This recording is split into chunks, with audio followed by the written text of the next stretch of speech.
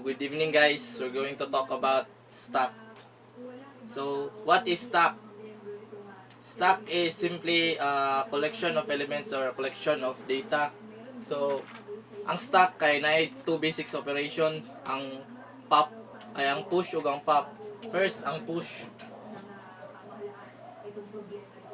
So, ang process sa push is ang function niya is mag-add og data sa stock. Simple ang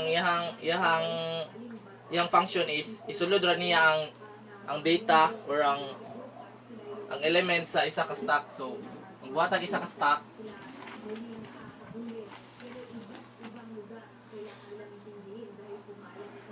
Stock niya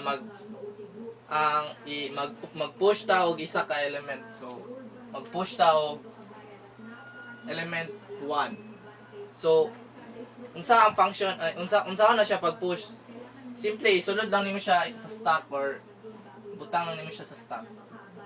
Sulod nimo ang element 1. So, mao na siya ang push. Mao ang first operation. So, ang second basic operation is ang pop. So, ang pop is reverse siya sa push, which means nga ipagawas niya ang data sa stock.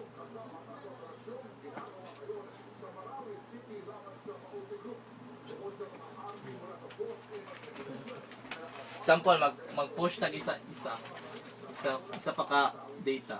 Push tag number 2. Kung mag-push tag number 2, magsulod na siya sa stock 2. So, kung mag-pop ka, pwede kailangan mag-declare kung unsa imo ang i-pop kay every time mag-pop o mag-push ka, sa top juga mag-una. So, kung mag-pop,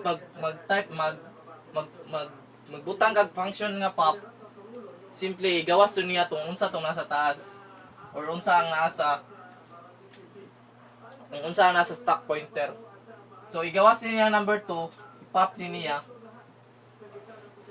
si number 2. Mawala na si number 2 dire. So ang stock pointer kay magpointa siya sa pinakataas or katong na pinakataas nga data, which is si 1.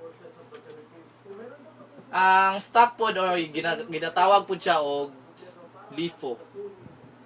LIFO means last in first out, which means nga tanan